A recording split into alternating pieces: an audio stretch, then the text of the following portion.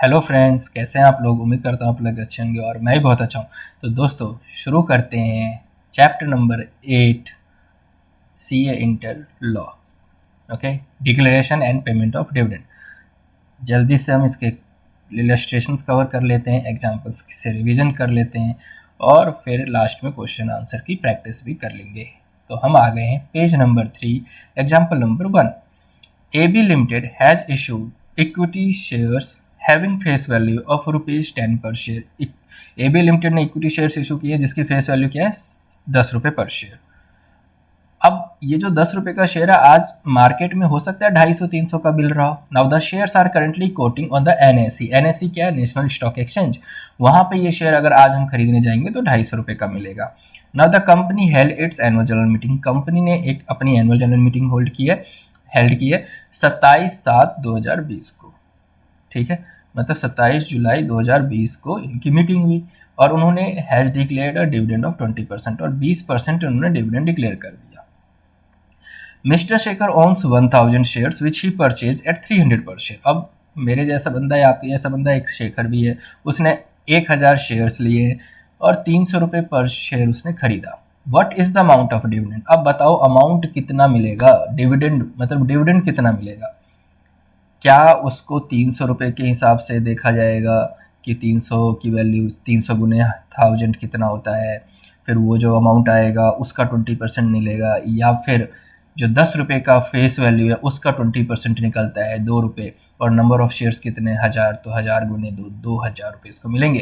तो देखो dividend is to be calculated on face value. Dividend हमेशा फेस वैल्यू पे कैलकुलेट होगा।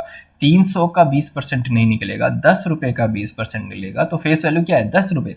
So dividend per share is 20% of ₹10। 10 रुपये का जो 20% है वो है 2 रुपये पर share. So mister Shekhar will receive ₹2 into 1000, तो 2000 रुपये। ठीक है, ये एक एग्जाम्पल से आपको समझाने की कोशिश की है डिविडेंड की calculation. Example number 2, the share holders at an annual general meeting unanimously passed a resolution for payment of dividend at a rate higher than that the recommended by the directors। Share holders ने annual general meeting में कोई भी against में नहीं, अनएनिमस में तो कोई भी अगेंस्ट में नहीं गया और एक रेजोल्यूशन पास कर दिया कि ज़्यादा रेट से डिविडेंड मिलेगा। डायरेक्टर ने कुछ और ही रिकमेंड किया था, उससे ज़्यादा रेट से रेजोल्यूशन पास हो गया। Now discuss the validity of resolution. क्या ये रेजोल्यूशन ठीक है। अब देखिए, article of association companies usually contains provisions with regard to declaration of dividend. Article of association में डिविडेंड को लेकर सारे रूल्स दिए होते हैं on the pattern of regulation 80 to 85 regulations के अकॉर्डिंग। ठीक है, now first schedule of the companies act, पहले शेड्यूल ऑफ कंपनीज एक्ट में लिखा गया है power to declare a dividend vest with the share holders. Declare मतलब डिविडेंड डिक्लेयर करने का पावर किसके पास है, शेयर होल्डर्स के पास है। However under no circumstances they can declare dividend exceeding the amount recommended by the board of director. लेकिन किसी भी सिचुएशन में डायरेक्टर जो रिकमेंड कर रहा है उससे ज़्यादा वो लोग डिविडेंड डिक्लेयर नहीं कर सकते। तो इस केस में वो ज़्यादा कर रहे थे तो वो सही नहीं है। पावर है भाई शेयर होल्डर को, लेकिन डायरेक्टर जितना रिकमेंड कर रहे हैं बोर्ड ऑफ डायरेक्टर उससे ज़्यादा नहीं कर सकते। Now we are on page number 5, example number 3।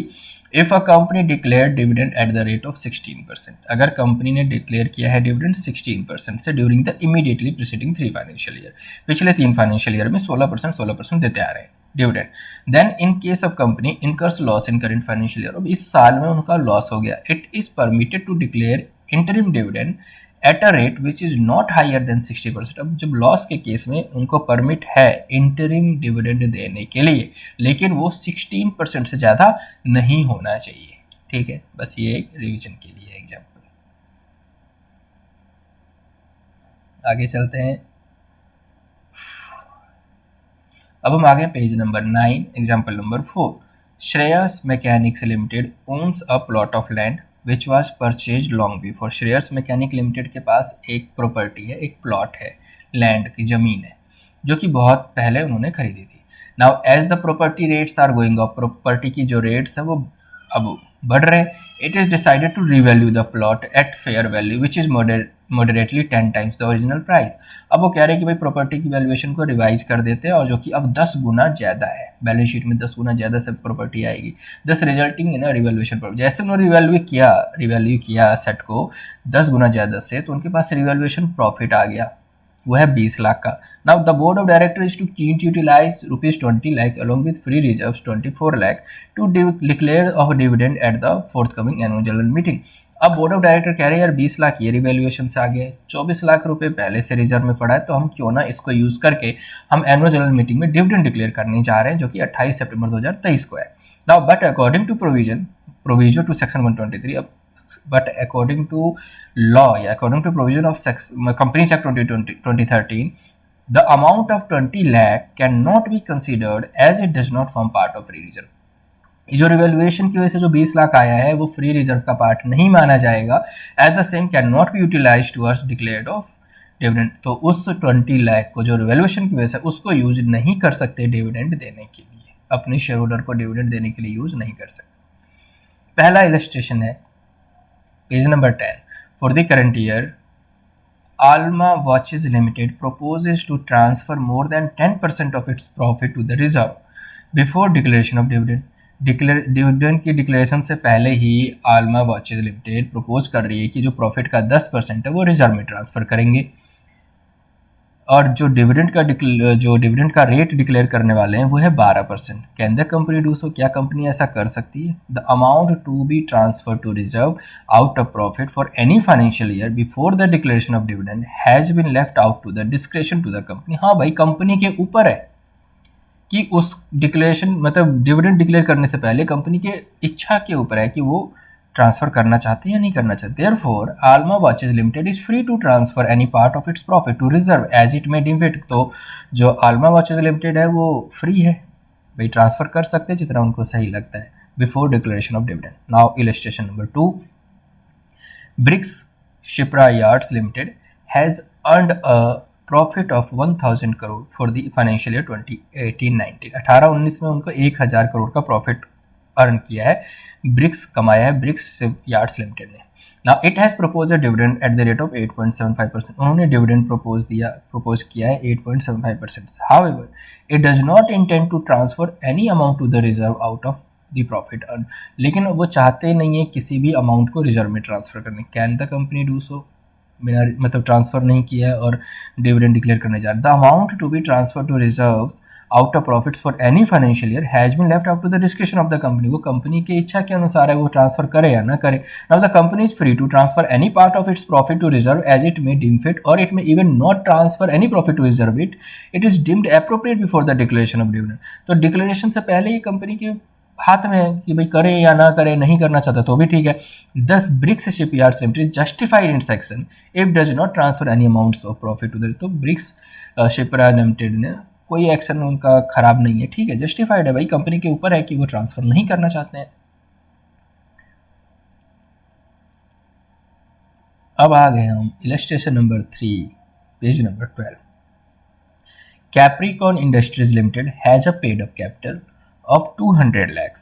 Capricorn industries limited के पास पेड अप कैपिटल है 200 लाख का, मतलब 2 करोड़ का, एंड एक्यूमुलेटेड रिजर्व है 240 लाख, मतलब 2 crore 40 lakh. Loss of the year ending 31 March 2020 is 30 lakh. 31 मार्च 2020 का जो लॉस है वो है 30 लाख का। Dividend was declared at the following rates during the 3 years immediately. पिछले 3 सालों में जो डिविडेंड दिया गया है 9%, 10% और 12%। What is the maximum rate at which the company can declare dividend. अब मैक्सिमम रेट बताइए, किस रेट से कंपनी डिविडेंड डिक्लेयर कर सकती है। तो अभी हमने एक एग्जांपल भी पढ़ा था कि भाई पिछले 3 साल में 16% से देते आ रहे हैं, तो एवरेज 16 आ गया था, तो इंटरिम डिविडेंड यहाँ पे डिक्लेयर कर सकते हैं। तो 9, 10, 12 का एवरेज निकाल लेते हैं, तो 9, 10, 12 को ऐड करिए और 3 से डिवाइड करिए तो 10.33। Therefore the rate of dividend shall not exceeds 10.33। जो रेट है वो 10.33% से ज़्यादा नहीं होना चाहिए। दैट इज जो पेड अप कैपिटल है 200 लाख, तो ना 200 लाख का 10.3% निकाल दो तो 20,60,000 निकलता है कि इतना डिविडेंड वो डिक्लेयर कर सकते हैं। नाउ कंडीशन 2 ये कहता है कि पेड अप कैपिटल और फ्री रिजर्व को ऐड कर लो, ठीक है, और आप उसका 10% निकाल लो, फिर उसमें से लॉस को माइनस करो। तो paid up capital free reserve का 10% ऐड कर निकाल लिया, 44 लाख निकलते हैं, उसमें से 30 लाख का नुकसान हो गया, तो जो अमाउंट है वो 14 लाख आया, वो अवेलेबल है डिविडेंड डिक्लेयर करने के लिए। Now condition number 3, accumulated reserve कितना है 240 lakh. Propose withdrawal declaration of dividend, propose कितना है 14 लाख निकाल सकते हैं जो अमाउंट अवेलेबल है। तो बैलेंस ऑफ रिजर्व कितना बचेगा 226 lakh. This is more than 15% of paid up capital. तो 15% ऑफ पेड अप कैपिटल कितना है 200 का 15% 30 लाख। दस the company can declare a dividend of 14 lakh that is eight the rate of 7% on it's paid up capital. तो इन्होंने तीनों कंडीशन को निकालना पड़ेगा और उसमें देखना पड़ेगा कि भाई 14 लाख जो है वो पेड अप कैपिटल का जो रिजर्व है जो 20% बैलेंस ऑफ रिजर्व 226 है तो वो 15% ऑफ पेड अप कैपिटल से ज़्यादा होना चाहिए। तो ये तीनों कंडीशन आपको थोड़ा याद करना पड़ेगा, एक बार प्रैक्टिस कर लेना एक बार लिख के। तो तीनों कंडीशन के बाद वो 14 लाख निकलेगा, इतने की डिविडेंड डिक्लेयर कर सकते हैं। Now illustration number 4 page number 13, Shipra sugar mills limited has been regularly declaring dividend at the rate of 20% on its equity share for the past 3 years. पिछले 3 सालों से Shipra sugar mills limited regularly dividend declare कर रहे हैं 20% से, ठीक है। However, the company has not made adequate profit during the current year. इस साल उनके पास प्रॉफिट ही नहीं है और but it has got adequate free reserve which can be utilized for maintaining the rate of dividend at 20%. लेकिन उनके पास free reserve है जो जिससे वो 20% का डिविडेंड दे सकते हैं और डिविडेंड का रेट वैसा ही रहेगा। तो कंपनी जो ज़्यादा डिविडेंड देती है अच्छा मानी जाती है ना। Now advise the company as to how it should proceed in the, अब बताइए कंपनी को भी कैसे 20% का और दे सकते हैं डिविडेंड डिक्लेयर कर सकते हैं 19-20 में भी कंपनी एक्ट के अकॉर्डिंग बताइए। Answer, now the company can declare a dividend of its out of its accumulated free reserve subject to satisfaction of the following conditions. Company अपने एक्यूमुलेटेड फ्री रिजर्व जो पहले सालों में जो पैसा कमाया हुआ है फ्री रिजर्व में पड़ा हुआ है उससे डिविडेंड डिक्लेयर कर सकती है, लेकिन ये कंडीशंस उनको फॉलो करना होगा। नाउ पहला, the rate of dividend declared shall not exceed the average of the rates of which dividend was declared by the company in the immediately preceding 3 years. पिछले 3 सालों में जिस रेट से उन्होंने डिविडेंड डिक्लेयर किया उनका जो एवरेज है उससे ज़्यादा ये डिक्लेयर नहीं कर सकते। However, this condition shall not apply if the company has not declared any dividend in each of the preceding financial year. अब एक कंपनी ने पिछले 3 सालों में कोई डिविडेंड डिक्लेयर नहीं किया तो उसमें तो ये तो एवरेज निकाल ही नहीं पाएंगे ना, तो वो कंडीशन एप्लीकेबल नहीं है उस केस के लिए। Now second, the total amount to be drawn from free reserve shall not exceed 10% of its paid up share capital and free reserve as per the latest audited financial statement। जो total amount है वो 10% जो paid up share capital और free reserve का है उससे ज़्यादा नहीं होना चाहिए। Second condition. Now third, the amount so drawn shall first be utilized to set off the loss. जो अमाउंट निकला है 10% जो आ रहा है paid up share capital free reserve का, वो जो 10% आएगा उसमें से पहले इस लॉस को रिकवर करो, ठीक है। उसके बाद loss in current fund only thereafter उसका 20% डिक्लेयर कर सकते हैं, ठीक है। अब 20% वो आ जाएगा लॉस के बाद। After such withdrawal from free reserve, अब वो अमाउंट निकलने के बाद फ्री रिजर्व से जो the residual reserve shall not fall below 15% paid of capital. मतलब वो रिजर्व का अमाउंट 20% जो वहाँ आया जो कि 14 लाख आ रहा था वो निकल जाने के बाद जो फ्री रिजर्व का जो परसेंटेज है वो पेड अप शेयर कैपिटल के 15% से नीचे नहीं गिरना चाहिए। फ्री रिजर्व का जो लेवल है वो पेड अप शेयर कैपिटल के 15% से ज़्यादा ही होना चाहिए, तब जाके the company is advised to get the desired dividend recommended by the board. तब जाके बोर्ड इस तरीके से डिविडेंड डिक्लेयर कर सकती है।